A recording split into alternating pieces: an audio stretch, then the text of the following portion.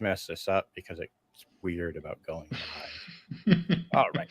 Good afternoon, gamers, and welcome to another fun-filled episode of Games with Dave. Today, I have the pleasure of being joined by artist and game designer Phil Jensen. Phil is currently preparing to launch his next Kickstarter, Necrovenge, which I got a little mixed up, is a standalone solo RPG that is Mörk compatible. Phil has also designed several other games and supplements that you can find at the itch link that you see scrolling on the bottom of the screen. And you'll also be able to find it in the description after I get done with this because I forget to put it in there. But before we do get going, I just want to say if you're enjoying all these interviews I've got going on and everything, please think about subscribing, dropping a like on the videos.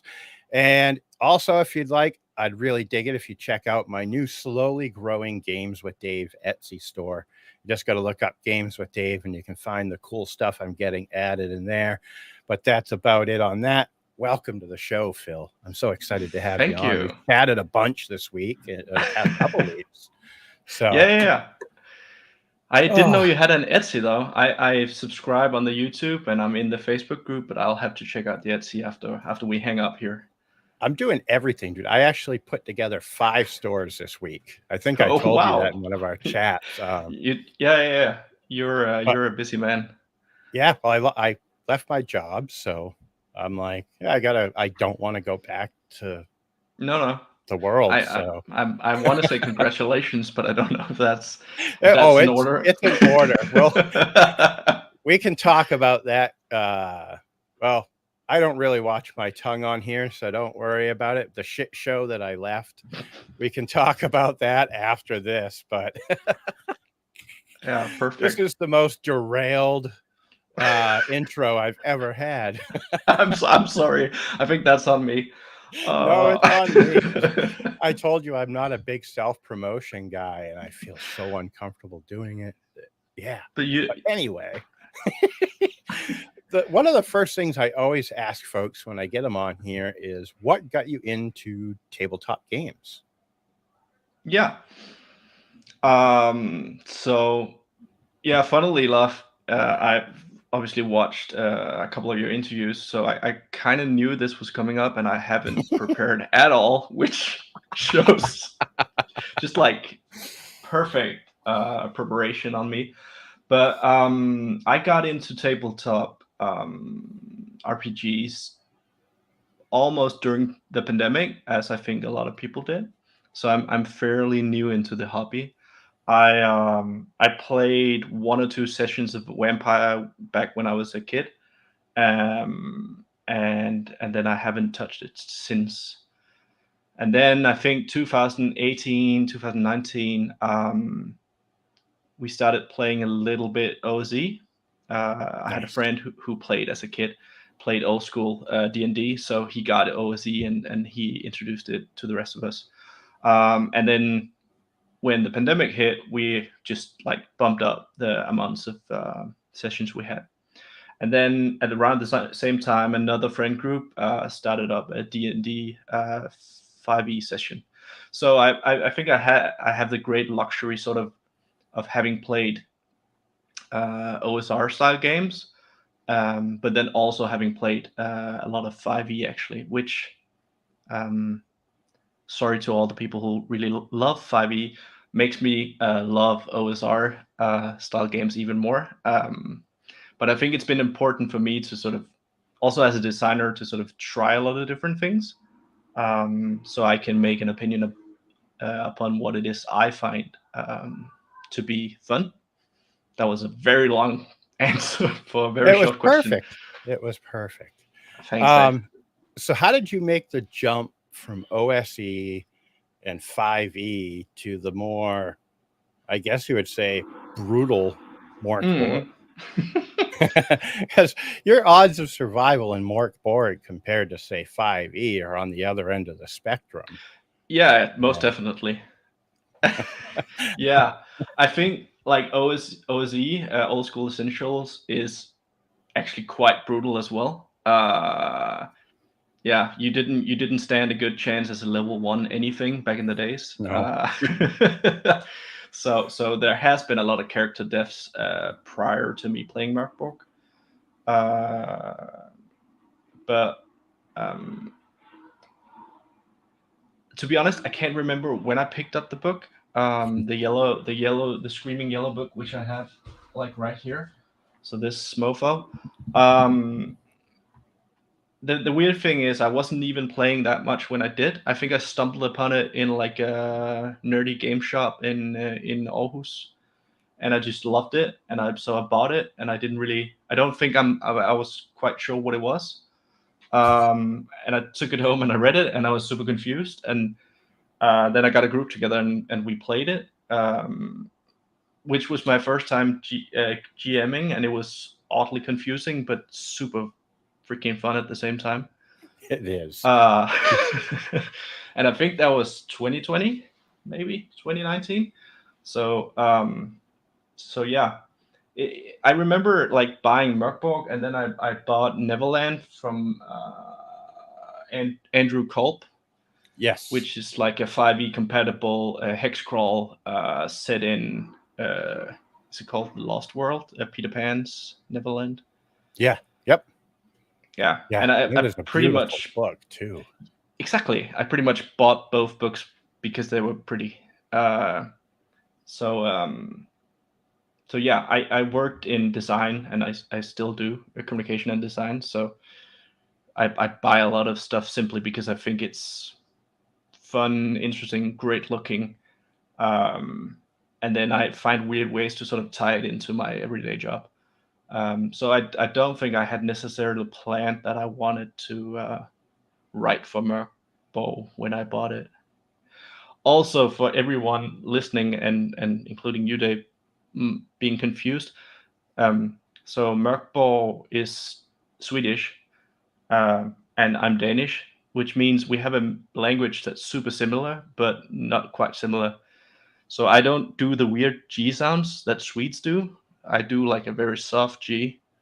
So for me, it's called Mörkborg, but that's just the Danish translation. So that's equally Interesting. wrong as all the US people. But Yeah, because we all call it Mork Borg, and yeah, the yeah, and umlaut over the O's distinguish it being different. And yeah, I've and often questioned how it's pronounced. So I hear it like every interview with Johan Noah and Pelle Nilsson, and I can't do those sounds. So so I just have another way of saying it wrong. well, I know I'm butchering it. When I have Pele on in September, he's probably going to. Hopefully, I can get it rectified, and I'll finally say it right.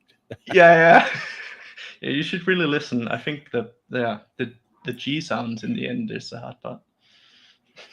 Yeah, well, I took German for 3 years in high school Oh, because it was the only language that wasn't that it was either going to be German or Japanese, and I'm like, oh, I figured I would butcher Japanese, and I'm like, I'm good at like the guttural sounds, for lack of a better term, with the German, and I think I'll be all right with the G's, but we'll see.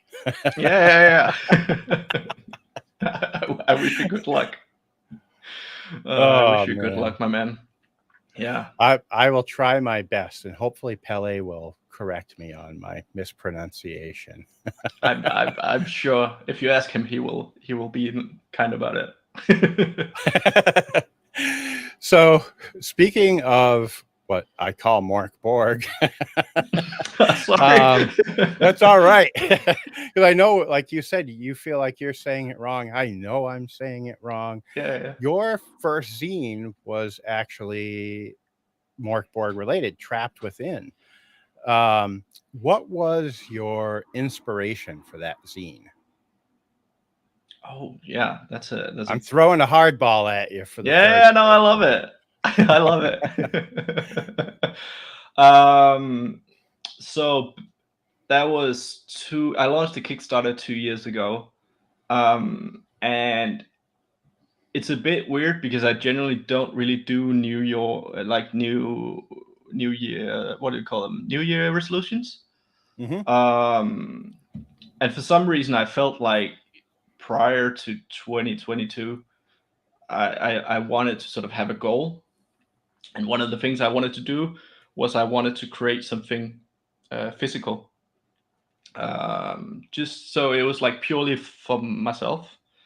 And Faith would have it that the role standard Let's Play, actual play podcast I listen to that plays Mörk games, they launched a jam where you could create like a one-page adventure for their podcast. And I did that, and I had so much fun creating stuff for the first time in like 5-6 years since I graduated from university.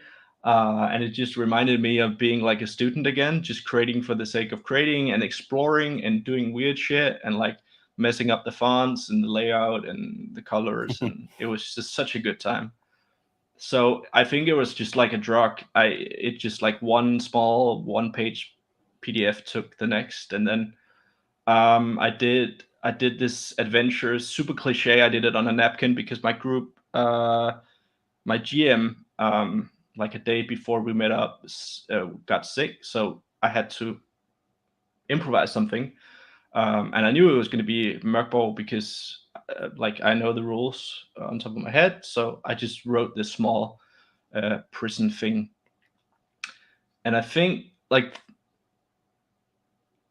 just heard someone talk about Prison Break, like the series, and Yep. in the canteen, and that led to a prison. And then I sat down with the book. I read about Fatmo, who seemed like a giant ass.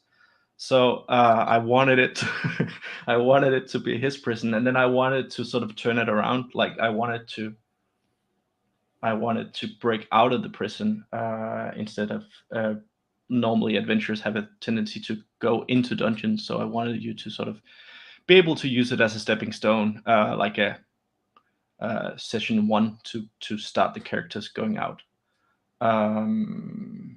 Yeah, I also just read like a fantasy novel, but I can't for the Six of Crows. I think I'm not the familiar with it. no, it's the second one in the series, Six of Crows. It's Leigh Bardugo, I think she's called. Hmm. I'll have to have you send that to me so I can check it out afterwards. Yeah, it's like young adult stuff. It's like two books about this totally deranged crew that needs to do heists, and it was my sister who reads a lot that recommended it to me, and it was quite nice. So Nice. yeah, And the rest is history. Now we totally. can dive. Now we can dive into the next one with Necrovenge. This one looks so fun. And as I said to you before we went live, I actually, even in the title of this video, kind of misquoted everything and said it was a Mörk board compatible solo adventure. While it is Mörk board compatible, it is meant to be a standalone game of its own, Yeah. which apparently I just missed because I'm super smart sometimes. Now the rules are similar to Mörk, but they're not the Mörk rules. What is the basic premise of the game? I won't tell everybody. I think it's super cool, and I'll let you tell folks exactly what you're doing in the game.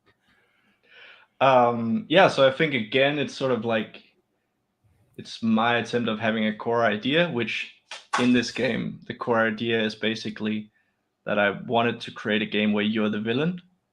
So the main thing about Necrovenge is that you're a necromancer who's trying to get his or her revenge on the pesky adventurers.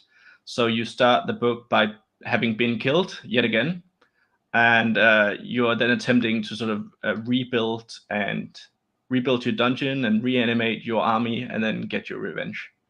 So I have this rebuild, reanimate, revenge is sort of the tagline in a way. If you can have a tagline to a OSR book, I don't know if that's even allowed, but Well, we do Yeah. now, so Yeah. it's now allowed. Yeah. Yeah, it looks so Yeah. fun because I think when I was reading through what you sent me, um, you get to build out on a dungeon that almost, I guess, for lack of a better term, has been defiled by the adventurers, and rebuild your army and have fun with that. So, Yeah. Yeah. what can you? I have. Oh, sorry. Oh, go ahead. Nope, No, I I was. I cut you off. Keep on going. No, I was just gonna say. I think. I think what I found. So trapped within the scene. I've obviously played like plus 20 times to play test it and sort of in various stages. And I think what I found eventually was that there is something as a game master to be said about knowing a dungeon so well that you don't have to look at the thing to run it. Um, like you know inherently the room, sort of like almost in your mind, you know that someone was killed here, like back in time, and or this used to be a kitchen, but now it's something else and stuff like that. So what I'm attempting with this is sort of that you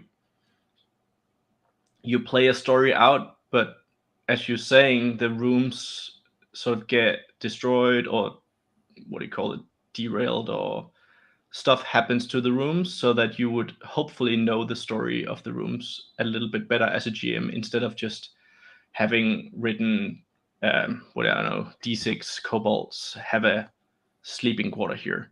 Like you Right. would know something more valuable about that place. And then you can throw D6 kobolds in there, sure, and they can sleep, but you would also know that someone died tragically in the corner, or there used to be a pit trap, but now it's like covered over, so they're actually sleeping on the pit trap, which would of course have consequences for. Yeah. That gives you 6 new minions. Yeah. Oh, so I'm already having a blast because we're already kind of just Yeah. bouncing around.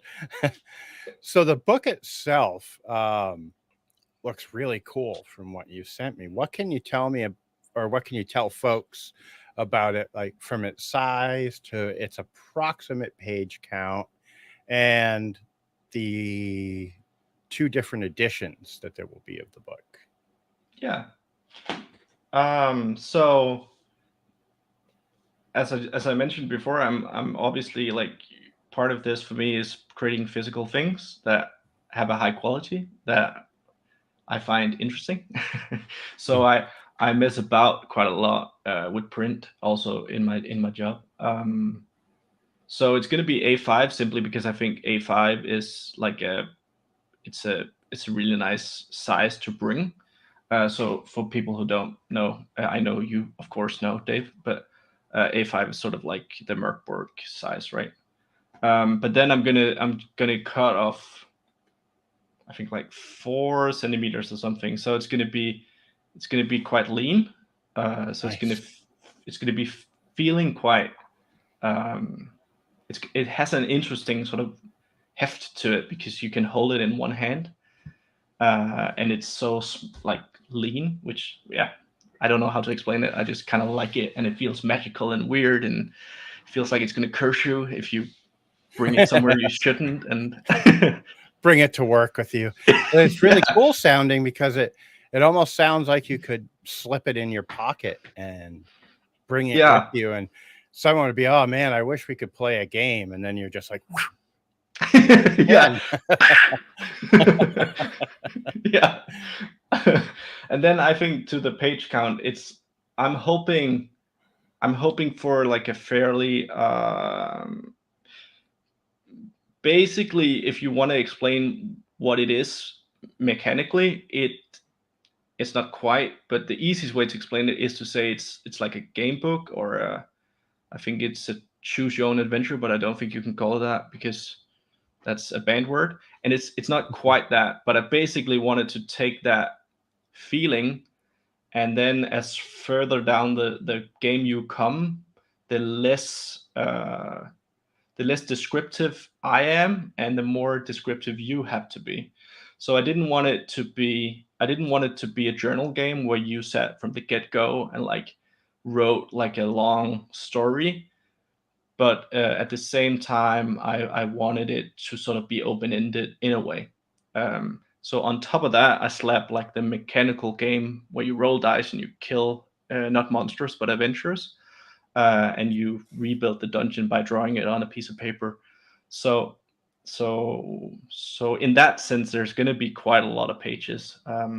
Last time I like my first Kickstarter, I think I said it's going to be 40 pages, and that ended up being 60. And I think this is at least going to be 70 pages. So Nice. having said that, it's probably going to be over 100, but but we'll see. Yeah, there's I think right now my draft is 20 pages long, and that hasn't even like it's not even getting started. So it's gonna be my longest. I mean, it's only competing with one book really, but it's gonna be my longest book. That's still cool, man. I mean, a 100-page book that's like this big is, like you said, it's going to have a nice heft to it. Yeah. And so you just kind of brought up the mechanics, which was the next thing I wanted to touch on. So it's the perfect segue. You read my mind. I'm getting the hang of this, Dave. I saw it on what you had sent me. I don't know if you want me to divulge. Yeah, the sure. preview page for the Kickstarter. It mentions that you switch between two different states of the game, one using playing cards and the other using dice. Could you kind of break that down for listeners and let them know what the two different styles of mechanics are? So I wanted a way to sort of for you to go through the prompts in a random way, but also in a way that I, as a game designer, can sort of control it. And I didn't want it to be a choose your own adventure style where I said, go to page 132. So what I've done is that you, as it is right now, that you draw a card and you look at the card, and then you flip pages until you see that suit in the top corner of the page. When you do that, there's going to be like a prompt, and down in that prompt, so you read a little bit of text, and then there's going to be multiple options depending on the not suit, but the other part, which is the pip. Yes. Yeah, good. Yeah, second language and all. The numeral, yeah, could also be a word. Yep. I guess. Yeah. So that's sort of a way to randomize it. While I'll still have sort of control, and I'll know that people get to a point where they need to be. And so you draw cards and you look in the book, and then you see which prompt it is, and then it could be a monster attacking, and then you would have your character sheet with your values for your necromancer. You would have the monster. It will go through the dungeon if it's attacking the dungeon, and in the various rooms it'll meet obstacles like traps, like we know them. Perhaps you have wandering monsters it can meet, and you'll roll dice to see who wins, and so on and so forth. So yeah, so there's like a story element wrapped around the mini game. That's super cool sounding, man. I like the sound of that. So are you going to be using jokers as well as the suits, or? Currently they are not in it, but I mean, I have a small design note. I have like I think some people call it like a graveyard document where you just slam ideas into. So I have it in there saying jokers ? Well, I'll see if I can help you come up with some cool ideas of what to do. We could make like a jam session live one day. We could just see if we could find ideas. I'm all for it, man. All for it. So one thing that I thought was really cool about this, with you having the design background, is you did some of the art that's going to be in the book as well. And where did you source the rest of the art? Was it just Public domain? thank you. I couldn't think You're of welcome. I was thinking Creative Commons, but that wasn't it. And No, but that would also work, I guess. so I like the way you phrased it on the Kickstarter page of you use the art of dead artists and the art of a future dead artist being yourself. Yeah. What kind of is it? Are you going for more of the gothic look with everything? I'm just curious as to what the art's going to look like. So, I am my initial inspiration for the visual style of the book is a French weird French book from um, if you can hear horrifying steps in the background, is my girlfriend coming home. So I'm not hopefully being murdered, but basically I If you found are, we're blaming your cat because yeah, which exactly. we'll get into later. Oh, nice, Dave. That was smooth. Yeah, I'm about as smooth as sandpaper, I'll tell you. Yeah, that's good. That's good. Oh, if it's fine enough, it'll do. No, no, but I think I wanted to create something which had a sort of more unified style than Mörk, where like in Mörk, every spread is different, and I want this to feel a little more cohesive, and I want I'm hoping it'll feel like a book that you found in an antique store that is a little bit haunted. Nice. But so it's not gonna be like dripping in gore and blood and stuff like that, but it's gonna be more subtle. So I'm utilizing quite a lot of public domain art from as Johan Noir put it in the Mörk book, Dead People, which is where I stole that. Um, so I'm gonna take quite a lot of really good art that people did over 100 years ago to help me achieve Nice. that. Yeah, and then I'm super inspired by sort of the I think it's called Art Nouveau, which is like a French art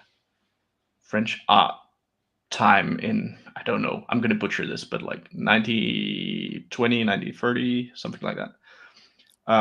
Where it was all about these really elaborate designs, and you did like really a lot of sort of floral designs, and it was really about the craft of the hand in a way. So yeah, I don't know if that in any way answered what you asked, but that's It sort of did fine. It did absolutely fine. perfect. Yeah, So there are the pledge levels. yeah, I'm going all over the place with this perfect. today. So I'm there. I'm there with you, man. we're kind of like one of those bouncing balls that goes over the words. It's just going everywhere though. But Yeah. what can you tell folks about the various pledge levels that will be available at launch? Yeah. So there's going to be uh, very standard. There's going to be PDF level. There's going to be get the book physical level, and it's a hard book. I don't know if I mentioned that. So it's a hardcover book. Then I've ventured into the lands of limited edition covers, which uh, is exciting. I had a really nice talk with my print house that enabled that to be an option. And basically, that's going to be like a leather or fake leather bound um, book with a debossed golden sort of a Necrovenge sigil in it. So that's at least going to look even more haunted and necrophile than the main book. And then I have character pads that you can add in, and then I have if you really think I earned it and just want to support the hell out of me, there's like an expensive pledge level, which is you get everything, but it's not worth it. And then I sign your book in blood or red ink. But Yeah, I was disappointed to read that you were going with red ink. If you had just left it alone, you could have smeared it in Yeah. blood. Yeah. We'll see. My sister is a nurse, so maybe I'm not. Oh If there are any boy. lawyers, I'm not. Yeah, we don't. No. We're just joking. We're not. Yeah, Yeah. totally. Oh man, this is too much fun. Um, so you have some Yeah. pretty cool stretch goals, but what really got me was the first weirder stretch goal. Yeah, I might have you. When have you checked? Because I might have amended that. Oh, I thought I just looked at that today. Oh yeah, but Um, then I think you've seen the correct one. I think I changed it like 4 hours ago or something. we might be cutting it close because I know what I saw. I'll let you tell folks about the weirder one, and I'll tell you whether or not it's the one I saw. But maybe the one you saw will eventually get there. This seems like a very elaborate sort of setup to hype up the fact that there's potentially going to be more weird stretch goals, and I just want to say it's not. It's not. It really is, um, folks. it really is. Also, you should check out Dave's Etsy. So no, Oh but boy. no, but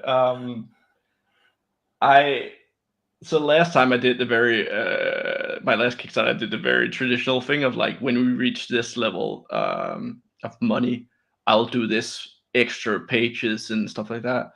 And it was super nice and it turned out to be a really good product, but I also ended up doing a lot of things that wasn't supposed to be there that didn't actually have anything to do with the core product. So this time I'm trying to do traditional stretch goals, which is just a better quality product. So it's better print, which is not more work for me, but just makes the product better for you as a backer, which is nice. And then I have these weird stretch goals, which is basically um, if you throw the first one is if you throw a bad Necrovenge joke at my Twitter, if 25 people do that, I will include a postcard with every physical pledge. Oh, cool. That is not the Yeah. one I saw. I So thought so. are you going to have the other? I don't want to spoil it where it's still going to come up, maybe. No, But that's okay. You is you that can do still that in if the you want. plans? That's still in the Of, plans, yeah. I don't want to spoil it because it's so. I saw that and I was like, I've got to be. It was I don't want to say what it was, but I think it was if 10 people did this particular thing, and I want to be one of those 10 people. I'm looking forward to that, Dave. But have my cat perched on my shoulder, Yeah. just ominously looking at the camera. So That's good. I'm looking forward to that. I hope people will uh what do you call it? Will join in on the fun. I think I hope so. it's a way for me to try to create like I don't have money to do Facebook ads and stuff. So it's a way, of course, for me to try to get people thinking about the product and the Kickstarter page in a fun way. And hopefully we can have a lot of fun from it. And then I get to like do these small postcards and stuff like that, which is going to be awesome. So it's a win-win. I didn't save the one that you sent me, or I'd pop it up on screen. But Yeah, but that's the first one. That's the one. That's the first one.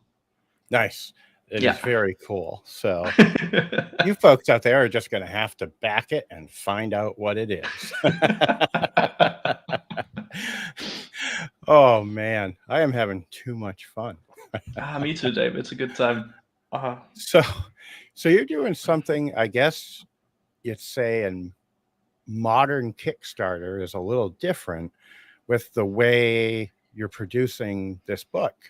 How long of a time frame do you have from when the Kickstarter closes to when the book is landing on, I guess you'd say, on people's doorsteps? Yeah. So there's a timeline in there, which you obviously seen, which is why you're asking this question. Yes. And I think the final step is shipping, and I think there's a parenthesis stating that it's going to be the perfect Christmas gift for 2025. Nice. So so the question is, when have you ever been this well prepared, Dave? That's what I'm asking you. When Like, have I ever, or when have you ever? Yeah, exactly. When have you ever ordered a Christmas gift over 1 year in advance? Dude, I'm lucky if I think of Christmas a week in advance. So Yeah, exactly. this way, No, at least but now I can be like, I'll feel like Oprah in 2025. I'll be like, you get Necrovenge. You get Necrovenge. yeah. No, I get, on a serious note, I get you. So I have a timeline which is over a year, I think, from end of Kickstarter to shipping the books, and Very, yeah, and I it's really basically did cool to that. see it done that way.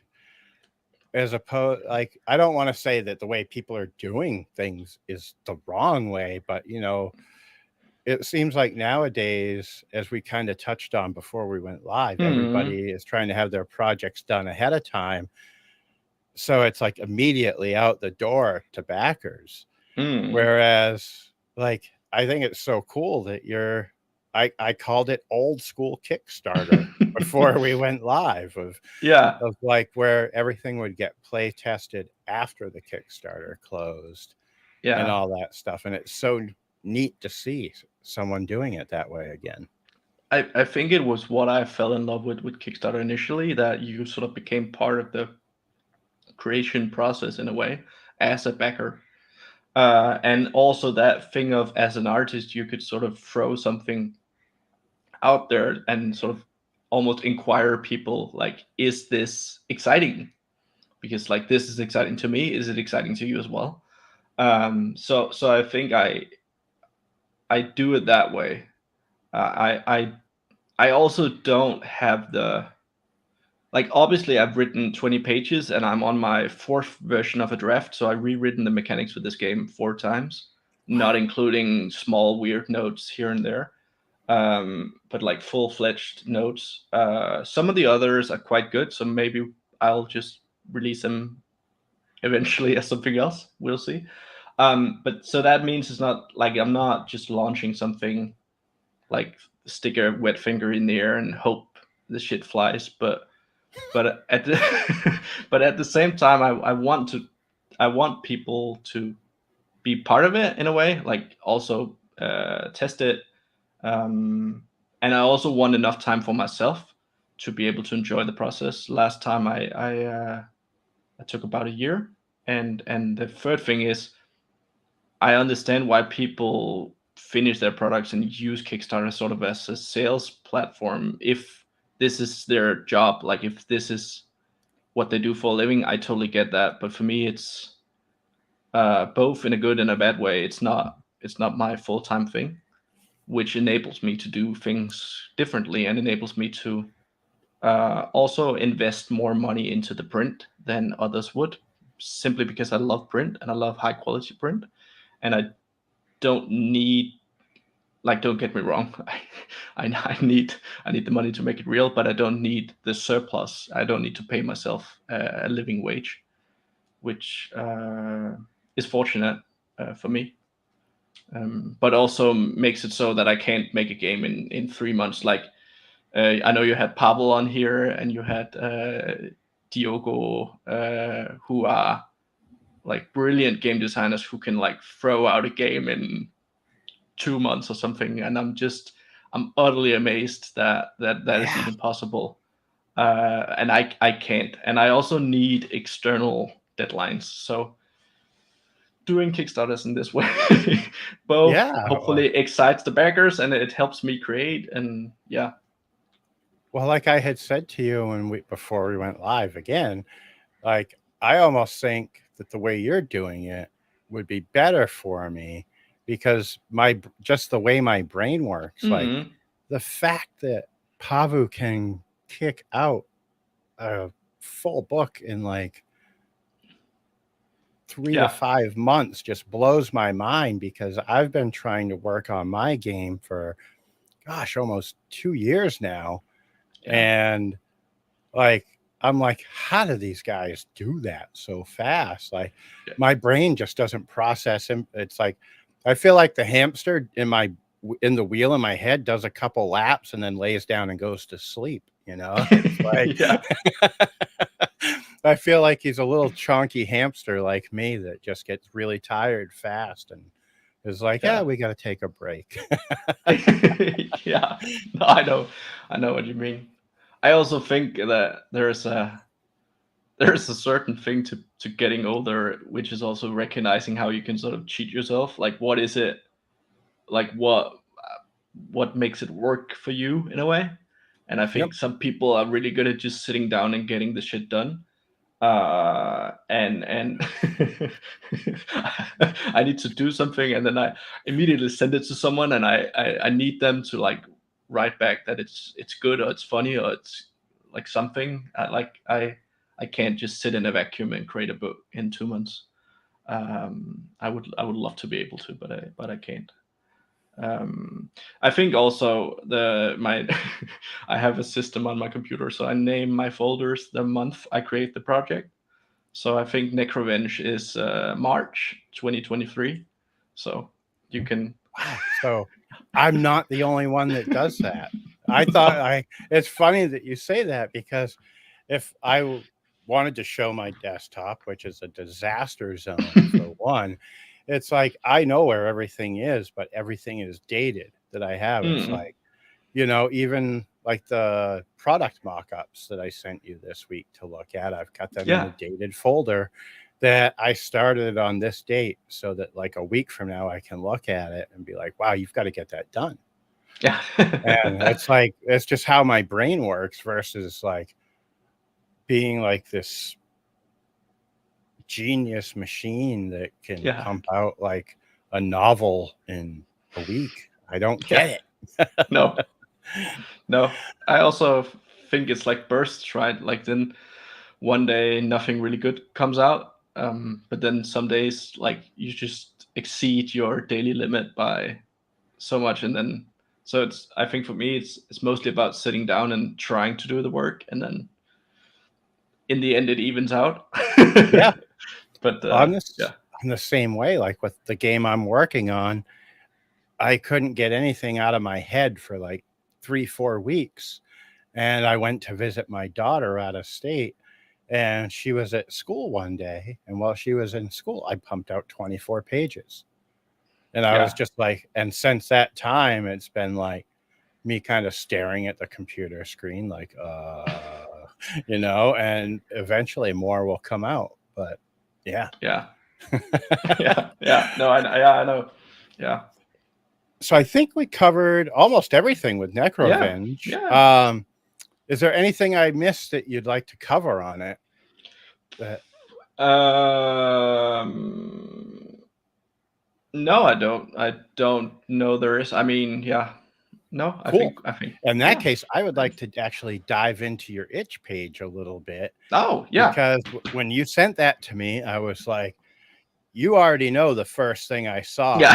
that I cannot stop talking about, and it is your fucking cat killed you.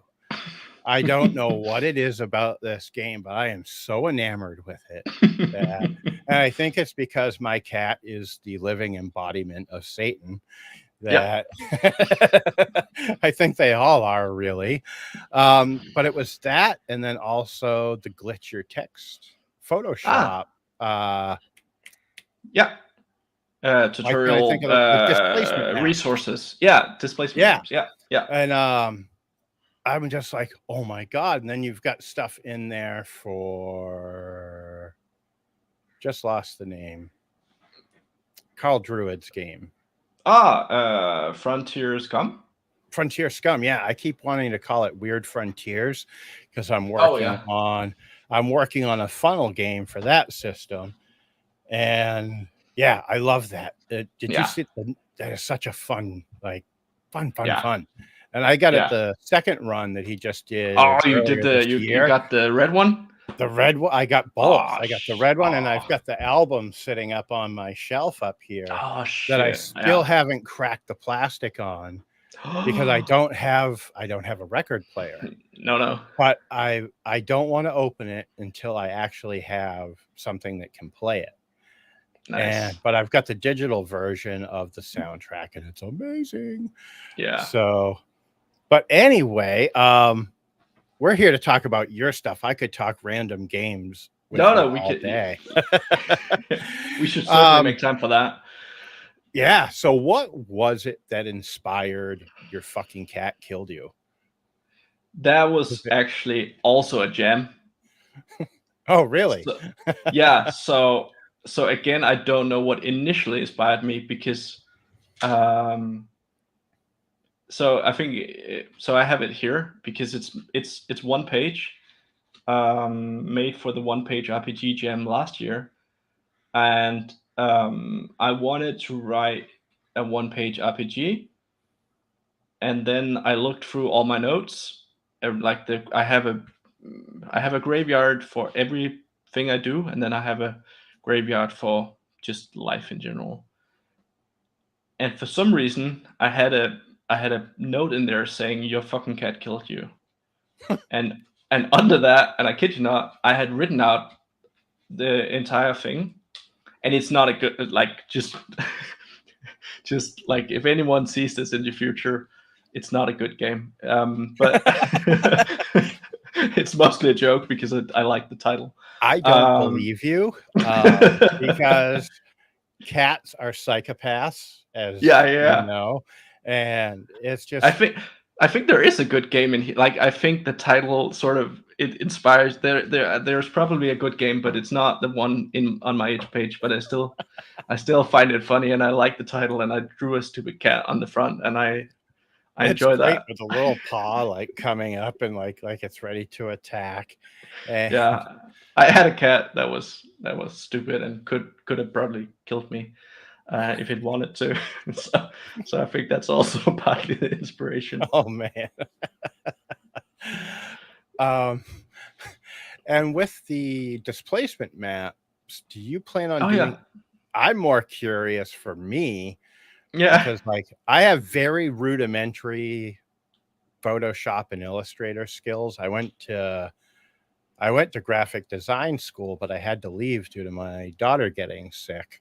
Mm. And I just never went back, and she's fine now. So Oh, that's good. like she's a happy, healthy, pain in the butt 14-year-old now. So, and Perfect. this is when she was about a year old that this happened. Yeah, Um, so I left school, blah, blah, blah. I still love using Photoshop. Like I get people switching to Affinity and stuff like yeah. that because of some of Adobe's practices. I get that too. But but I don't think that it can do everything that Photoshop can, No. which is why I've stuck it out with all the Adobe products. Do you have plans to do any more like Yeah. stuff Yeah. like that? Yeah. So I don't know. I have a small Discord which is basically called Phil's Maker's Place. Yeah, I think so. And the idea is that I wanted to help people, and hopefully having people help me grow as a designer, mostly visually, because I think there's a lot of good places where people discuss written the written side of TTRPGs, but there's not a lot of good places where people sort of can give you actually valuable feedback on the visual side of things. Um, so currently we are a couple of people who are active in there, and we are helping each other quite a lot, which is super wholesome. Um, and I created that YouTube video and the displacement packs as part of that. And then I never really got further. So the plan was basically to do a lot of small tutorials, do a lot of small supplement products, and it's still very much a plan. Um, but um, but life stuff happened last year, so everything was put on pause. Um, It tends to so do that to your life. It's yeah, good it at does. throwing kinks in the gears and stuff like that. So, So I very much like and love helping people, and I think one of the few areas where I'm starting to recognize that that I have a little bit of an advantage is in the visual side of things, simply because my job is as an art director to get visual input from highly creative specialists and then give feedback on what it is that can improve it in terms of communication. So basically, what I do is I write emails to people, or I go up to them if they're in the same building as me, and I tell them what can be improved. So I just wanted to take that and give it to TTRPG creators. But yeah, Nice. the plan is very much to do more YouTube stuff because yeah, I've spent so much time looking at tutorials myself, and yeah, I played a lot of Counter Strike as a kid, and a guy in my clan sent me, of course, not illegally, but um, but but sent me Adobe Photoshop. Yeah, so I've been using it for over 20 years now, and it's what kicked off this whole thing and my whole career. So I very much know the joy and the frustration of sitting by yourself in a room and trying to make something happen on the screen, and it's not doing what it's supposed to, but also that joy of it actually doing what it's supposed to. So yeah. Yeah, well, I know that frustration all too well. I was working on a project the other night, and I was trying to make curved text without arcing it because it'll distort it if you try to rotate it, as you know. And I was actually an illustrator, but I kept looking at the curvature pen thinking it was add an anchor, so I just completely ignored it. And every time I'd try to type on the path, it's like, you cannot type on a compound path or a Mm. compound object. And I'm like, "Ugh." And it was just driving me crazy. And then I happened to scroll by and I saw curvature pen. And I'm like, oh my God. Because I had Yeah. tried looking it up, and all it would tell you is how to release a compound path. And I was Yeah. like, oh my God, this is driving me crazy. And then I finally noticed it. And it was funny because Brian had, I Yeah, just lost Brian his last name. MC. Yeah. Yeah. Yes.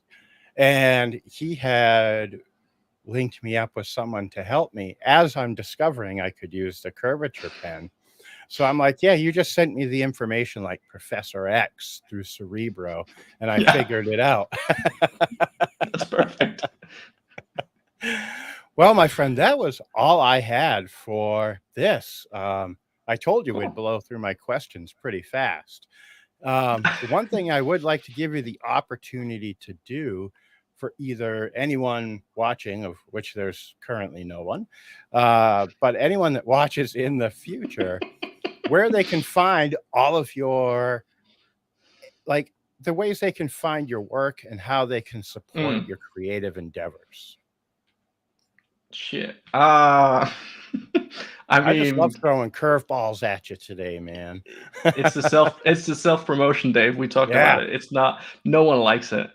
No, but thank you. So the Kickstarter goes live in 2 days, 6th of August, 2024. So if you Google Necrovenge, I'm quite sure it's such a horrible name that no one else have taken it. So you will find my Kickstarter as the first thing. And of course, the itch profile that you see running across Dave's screen. If you're interested in joining the Discord because you are a creator, feel free. We would welcome you with open arms.